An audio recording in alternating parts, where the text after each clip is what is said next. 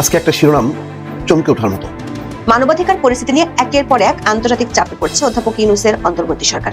যুক্তরাষ্ট্র থেকে যুক্তরাজ্য, জেনেভা সবখানে বাংলাদেশের মানবাধিকার পরিস্থিতি নিয়ে আলোচনা হচ্ছে বেশ জোরের সাথে। কাজে এই সমর্থন, এই ম্যান্ডেটের উপর ভিত্তি করে একটা নির্বাচন তো বাংলাদেশের জনগণ পেলই, একটা নির্বাচনই তো দেওয়ার কথা ছিল। তো ওই নির্বাচনটার উপর ভিত্তি করে তো ইউনূস সাহেব যে বলেন 50 বছর আরো ক্ষমতায় থাকা যায়, তাহলে সেই নির্বাচনটাকে তো ইউনূস সাহেবের 50 বছর থাকার ম্যান্ডেট হিসেবে দেখা যায়। আবার দেখেন সেনাপ্রধান ওয়াকার বলেছিলেন আপনাদেরকে নির্বাচন দেবে, তারও নির্বাচন দিয়ে দেওয়া হয়। দেখেন জাতিসংঘ বলেছিল আপনাদেরকে নির্বাচন দেবে, মানে আমাদেরকে বাংলাদেশের জনগণকে নির্বাচন দেবে, তাহলে দেখেন গোয়েন লুইসের জাতিসংঘেরও নির্বাচন দিয়ে দেওয়া হয়। আওয়ামী লীগ ছাড়া নির্বাচনটা আমার কাছে মনে হয় যে এটা ফ্যাসিস্টেরই, অর্থাৎ স্বেচ্ছাচারিতা হবে।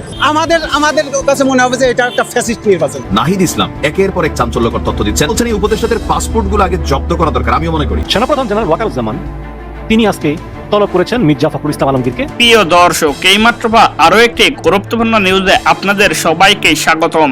দর্শক, আপনারা ভিডিওর শুরুতেই ছোট ছোট অংশ দেখেই বুঝতে পেরেছেন আজকের ভিডিওটি কতটা গুরুত্বপূর্ণ হতে চলেছে।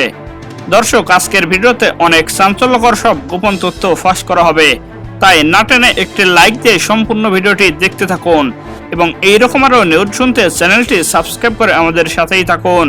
তো চলুন দর্শক, কথা না বাড়িয়ে আমরা মূল ভিডিওতে যাই। শেখ হাসিনা যখন ভারতগামী বিমানে উঠলেন, সেই সময়টায় সেনাপ্রধান তাকে ফোন করেছিলেন, ওয়াকারুজ্জামান তাকে ফোন করে বলেছিলেন যে আপনি আমার ওপর ভরসা রাখলেন না স্যার। তার মানে শেষ মুহূর্ত পর্যন্ত সেনাপ্রধান এবং শেখ হাসিনা, যদিও সেনাপ্রধান জানতেন না শেখ হাসিনা ভারতগামী বিমানে উঠেছেন, কিন্তু এই যে তাদের ভেতরের যে সম্পর্ক, সে সম্পর্ক কি সেই কলেই শেষ হয়ে গেল, নাকি এই যে শেখ হাসিনার ভরসা প্রার্থনাকারী সেনাপ্রধান ওয়াকারুজ্জামান, তার সঙ্গে শেখ হাসিনার সম্পর্ক, শেখ হাসিনার যোগাযোগ এখনো অব্যাহত থাকলো? ভারতের রাজধানী দিল্লিতে দুটো গুরুত্বপূর্ণ সম্মেলনে, সামরিক প্রতিরক্ষা এবং নিরাপত্তা বিষয়ক সম্মেলনে যোগ দিতে বাংলাদেশের সেনাপ্রধান ওয়াকারুজ্জামান 13 থেকে 16 অক্টোবর ভারত সফরে যেতে পারেন এবং দিল্লিতে ওই দুটো সম্মেলনে অংশ নিতে পারেন, এমন একটি খবর ভারতীয় সংবাদ মাধ্যম স্টেটসম্যানে প্রকাশিত হবার পর থেকে তা নিয়ে নানা রকম জল্পনা শুরু হয়েছে। খুব স্বাভাবিকভাবেই যে ভারত বাংলাদেশের সম্পর্কের এখন যে অবস্থা, ভারতের সঙ্গে সম্পর্ক নিয়ে বা ভারতের কতটুকু প্রভাব বাংলাদেশের সেনাবাহিনীর ওপর আছে, বাংলাদেশের সেনাপ্রধান ওয়াকারুজ্জামানের ওপর আছে, এই নিয়ে যখন এমনকি প্রকাশ্যে বর্তমান অন্তর্বর্তীকালীন সরকারের কোনো উপদেষ্টাও কথা বলছেন, তখন ভারতে সফরে যাওয়া সেনাপ্রধান ওয়াকারুজ্জামানের জন্য কতটা কৌশলী সিদ্ধান্ত হবে, আদৌ তিনি যেতে পারবেন কিনা, এসব নিয়ে নানা জল্পনার মধ্যে এখন জানা যাচ্ছে খুব স্বাভাবিকভাবে বাংলাদেশের সেনাপ্রধান ওয়াকারুজ্জামান কোনো বিশেষ মনোযোগ এবং নেতিবাচক প্রচারণা এড়িয়ে যেতে সিদ্ধান্ত নিয়েছেন যে দিল্লিতে ওই দুটো সম্মেলনে তিনি অংশ নেবেন না। দিল্লিতে 13 তারিখ থেকে আঞ্চলিক সন্ত্রাস প্রতিরোধী, কাউন্টার টেরোরিজম একটা সম্মেলন অনুষ্ঠিত হতে যাচ্ছে, যেখানে এই অঞ্চলের বিভিন্ন দেশের শীর্ষ সেনা নেতৃত্ব অংশ নেবেন।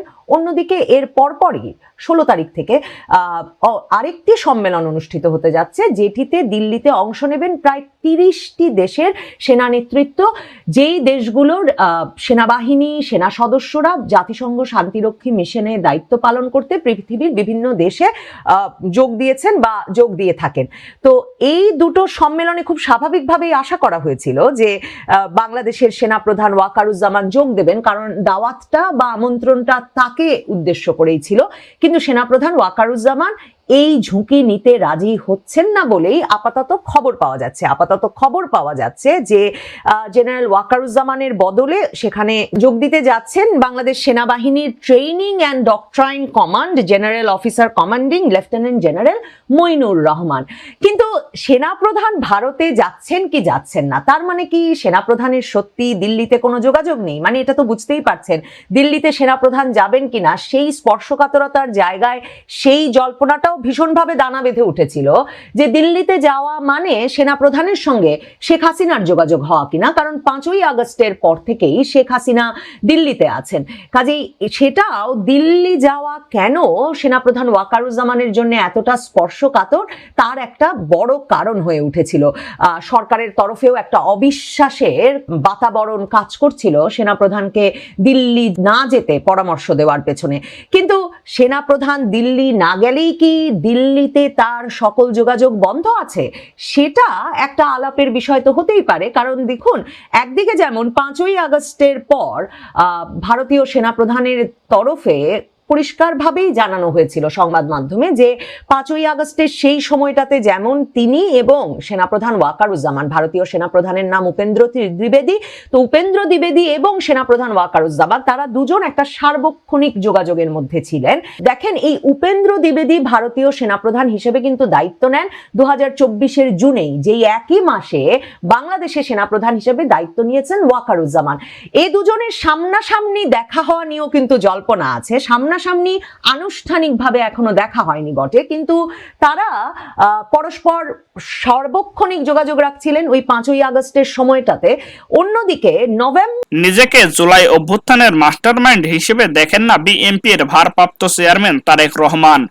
আন্দোলনের বিভিন্ন পর্যায়ে সক্রিয় ভূমিকা রাখার কারণে গত 1 বছরে কেউ কেউ বিএনপির ভারপ্রাপ্ত চেয়ারম্যান তারেক রহমানকে এই আন্দোলনের একমাত্র মাস্টারমাইন্ড হিসেবে উল্লেখ করে বক্তব্য দিয়েছেন। তবে তা নাকচ করে দিয়েছেন এই নেতা। বিবিসি বাংলাকে দেওয়া সাক্ষাৎকারে এক প্রশ্নের উত্তরে তিনি জানিয়েছেন, কোনো দল বা ব্যক্তি নন, জুলাই আন্দোলনের মাস্টারমাইন্ড বাংলাদেশের গণতন্ত্রকামী জনগণ। 2008 সালের সেপ্টেম্বর থেকে যুক্তরাজ্যের লন্ডনে নির্বাসিত জীবনযাপন করছেন বিএনপির ভারপ্রাপ্ত চেয়ারম্যান তারেক রহমান। দীর্ঘ 17 বছর পর এই প্রথম কোনো গণমাধ্যমে সাক্ষাৎকার দিলেন তিনি। জুলাই গণঅভ্যুত্থানের পর গত 1 বছরে বিএনপির কোনো কেন্দ্রীয় নেতা তারেক রহমানকে এই আন্দোলনের একমাত্র মাস্টারমাইন্ড হিসেবে উল্লেখ করে বক্তব্য দিয়েছেন। বিষয়টি উল্লেখ করে তারেক রহমানের কাছে বিবিসি বাংলার প্রশ্ন ছিল, তিনি নিজেকে এই আন্দোলনের মাস্টারমাইন্ড হিসেবে দেখেন কিনা। উত্তরে তারেক রহমান বলেছেন, না, আমি অবশ্যই এই জুলাই আন্দোলনকে কখনোই মাস্টারমাইন্ড হিসেবে দেখি না। এই আন্দোলন সফল হয়েছে জুলাই মাসে, কিন্তু এর প্রেক্ষাপট শুরু হয়েছে কিন্তু বহু বছর আগ থেকেই। এই আন্দোলনে বাংলাদেশের গণতান্ত্রিক রাজনৈতিক দলগুলোর নেতাকর্মীরা, সেটি বিএনপি হোক বা অন্য রাজনৈতিক দলগুলো হোক, যারা গণতান্ত্রিক রাজনৈতিক দল, প্রত্যেকটি রাজনৈতিক দল ভিন্নভাবে অবদান রেখেছে, বিভিন্নভাবে তাদের নেতাকর্মীরা নির্যাতিত হয়েছে। আমি মনে করি জুলাই আগস্ট মাসে 2024 সালে এসে জনগণ সব গণতান্ত্রিক রাজনৈতিক দলের সঙ্গে অংশগ্রহণ করেছে। শুধু রাজনৈতিক দলের নেতা কর্মীরা নন, আরো নানা পর্যায়ের মানুষ জুলাই অভ্যুত্থানে অংশ নিয়েছেন বলে উল্লেখ করেন তারেক রহমান। তিনি বলেন, আমরা দেখেছি সেদিন মাদ্রাসার ছাত্ররা তারা ছিলেন এই আন্দোলনের মাঠে। আমরা দেখেছি গৃহিণীরা পর্যন্ত রাস্তায় নেমে এসেছেন সন্তানের পেছনে। আমরা দেখেছি কৃষক, শ্রমিক, সিএনজি চালক, ছোট দোকান কর্মচারী বা দোকান মালিক থেকে আরম্ভ করে গার্মেন্টস কর্মী তারা নেমে এসেছিলেন। আমরা দেখেছিলাম সামরিক বাহিনীর অবসরপ্রাপ্ত কর্মকর্তা কর্মচারীরা নেমে এসেছিলেন এই আন্দোলনে। এমন অনেক সাংবাদিক যারা স্বৈরাচারের অত্যাচারে নির্যাতিত হয়ে দেশের বাইরে চলে যেতে বাধ্য হয়েছিলেন, তারা সম্পৃক্ত হয়েছিলেন এই আন্দোলনে। কাজেই কারো ভূমিকাকে আমরা ছোট করে দেখতে চাই না, খাটো করে দেখতে চাই না।